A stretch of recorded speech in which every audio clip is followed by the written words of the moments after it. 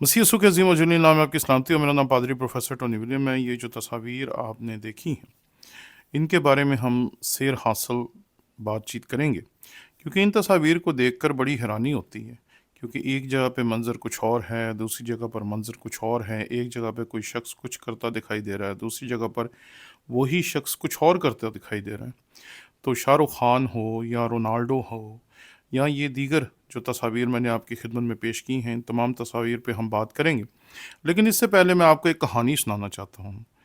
सितंबर के महीने में मैं एक जगह पर गया, एक कन्वेंशन के ऊपर कलाम सुनाने के लिए। और कन्वेंशन के बाद जब लेक्चर ख़त्म हो गया तो हम बैठे हुए थे खाना खाने के लिए। तो उन दिनों में नया नया अटैक हुआ था इसराइल के ऊपर, और वहाँ बात हो रही थी कि क्या सूरत हाल है इस वक्त जंग की, और क्या चल रहा है, क्या होगा, कैसे होगा। तो इस बारे में हम लोग बातचीत कर रहे थे, तो एक बुज़ुर्ग ने अचानक ही बातचीत करना शुरू की, और उस बुज़ुर्ग ने हमें परेशान करके रख दिया। उसने कहा, ये थका हुआ मुल्क है, ना इसके पास टेक्नोलॉजी है, ना इसके पास अकल है, ना इसके पास दलेरी है, ना इसके पास हमारी फ़ौज जैसी फ़ौज है, ना इसके पास हमारे ऐसे दलेर लोग हैं। मैं हैरान रह गया उस बंदे को देखकर। मैं कहा, आप किसकी बात कर रहे हैं? कहते, जी मैं इसराइल की बात कर रहा हूँ। अगर इसराइल हमारे जैसे दलेर होते, हमारे फ़ौज जैसी आला तरीन दुनिया की नंबर 1 फ़ौज उनके पास होती, हमारी फ़ौज जैसी आला टेक्नोलॉजी उनके पास होती, हमारे एटम बम जैसे बम उनके पास होते, तो वो कभी भी किसी भी मुल्क के सामने सर ना झुकाते।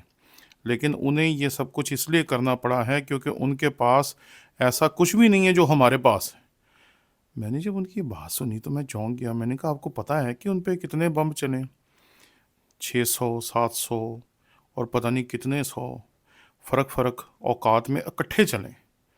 तो उन्होंने कहा, इससे क्या हो गया, ये कौन सी कोई बड़ी बात है? तो मैंने कहा, अगर ये सारे बम जो हैं वो चल जाते हैं या फट जाते हैं तो उससे क्या होना था? तो उन्होंने कहा, क्या होना था? कुछ भी नहीं था होना। अगर ये अटैक कभी हम पे हुआ होता तो हम उन्हें अपनी नानी याद दिला देते, हम बता देते कि जो पाकिस्तानी फ़ौज है, जो पाकिस्तानी लोग हैं, हमारे जज्बे कितने बुलंद हैं, हमारी टेक्नोलॉजी कितनी आला है, हम दलेर कितने हैं, हम ये कितने हैं, हम वो कितने। मैं जब उनकी सारी बातें सुन रहा था तो मैं हैरान रह गया कि ये बंदा कितना लाइल्म है दुनिया से, कि दुनिया के तमाम बड़े बड़े जो ब्रांड्स हैं, आईफोन हो गया, माइक्रोसॉफ्ट हो गया, और डाटा एनालिसिस की बड़ी बड़ी कंपनियां हैं, उन सब के जो हेड ऑफिस हैं या R&D रिसर्च एंड डेवलपमेंट के सेंटर हैं, वो तो सारे के सारे इसराइल में हैं। और हम जो हैं, जहाँ हमारे पास बेसिक जो सहूलतें होनी चाहिए इंटरनेट की, वो भी आजकल नहीं मिल रही। इस मुल्क में बैठा हुआ एक शख्स हमें कह रहा है कि हम उनसे बहुत आगे हैं। तो मैंने सोचना शुरू किया कि ये कहाँ से इन्फॉर्मेशन ले रहे हैं। तो फिर मुझे किसी ने बताया कि ये इन्फॉर्मेशन यहाँ से ले रहे हैं वो लोग जो कहते हैं कि पाकिस्तान दुनिया का सबसे अजीम मुल्क है, सबसे बड़ा मुल्क है, हमारी फ़ौज दुनिया की नंबर 1 फ़ौज है, हमारा ये नंबर 1 है, हमारा वो नंबर 1 है, हमने ऐसे कर देना, हमने वैसे कर देना। तो इस तरह की कहानियाँ जो हमारे यूट्यूबर भाई सुनाते हैं, इस बुज़ुर्ग ने ऐसे यूट्यूबर्स को सुनकर अपने ज़हन में एक ऐसा स्केच बनाया हुआ था अपने मुल्क का, जो हैरानकुन था। मैं जब आज सुबह उठा तो मैंने कुछ नेट के ऊपर देखना शुरू किया, तो मेरे सामने सबसे पहले जो तस्वीर आई वो रोनाल्डो और उसकी बीवी की थी, जिसके बीच में वो शायद उम्रा कर रहे हैं, और ऊपर लिखा था कि शायद वो मुसलमान हो गए।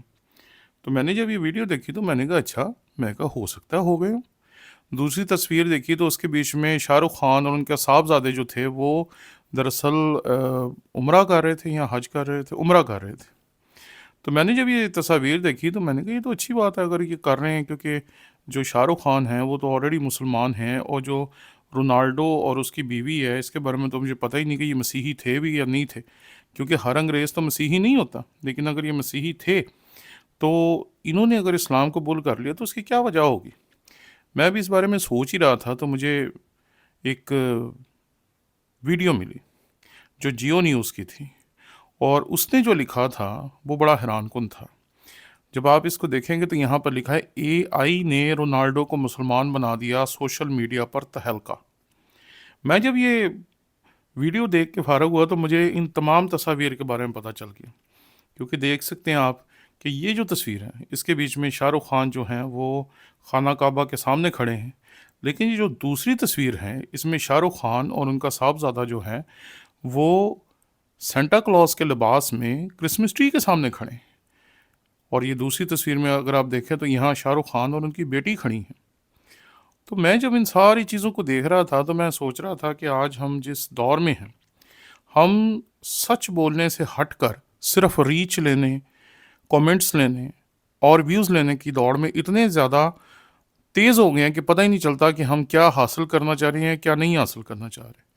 मैंने एक पोस्ट देखी जिसमें हज़रत खदीजा की सिलाई मशीन मुबारका इस पे लिखा हुआ है। आप इस वीडियो को देखें, इसके ऊपर लिखा हुआ है हज़रत खदीजा की सिलाई मशीन मुबारका। तो मैंने जब ये देखा तो इसके नीचे लिखा हुआ था उन्होंने कि जी इसके ऊपर सुभान अल्लाह लिखें, ये लिखें, वो लिखें। तो मैंने तो खैर जब ये देखी थी तो मुझे नहीं था पता कि ये असली है या नकली, क्योंकि हमारा तो इस बारे में कोई रिसर्च का काम ही नहीं है। लेकिन आज जब मैंने इसके बारे में थोड़ी सी रिसर्च की तो मुझे ये वीडियो मिली, और अगर आप ये तस्वीर मिली, जब आप इस तस्वीर को देखेंगे तो इसमें लिखा हुआ है क्या शर्म बिल्कुल ही रुखसत हो चुकी है। 150 साल पहले ईजाद होने वाली चीज़ को कैसी हस्ती से मंसूब किया जा रहा है। तो हमें थोड़ा सा सोचना है जी, जो लोग हमारे व्यूअर्स हैं, जो हमें देखने वाले हैं, जो हमें प्यार करने वाले हैं, जो हमें अपना वक्त देने वाले हैं, जो लोग हमारी पोस्टें देखते हैं, हमारा फेसबुक पढ़ते हैं, हमारी वीडियोस देखते हैं, वो हमारे क़ारीन हैं, सामईन हैं। तो हमें उनके साथ झूठ नहीं बोलना चाहिए जी, क्योंकि जब हम झूठ बोलते हैं तो कई दफ़ा लोग जो होते हैं वो सादालू होते हैं।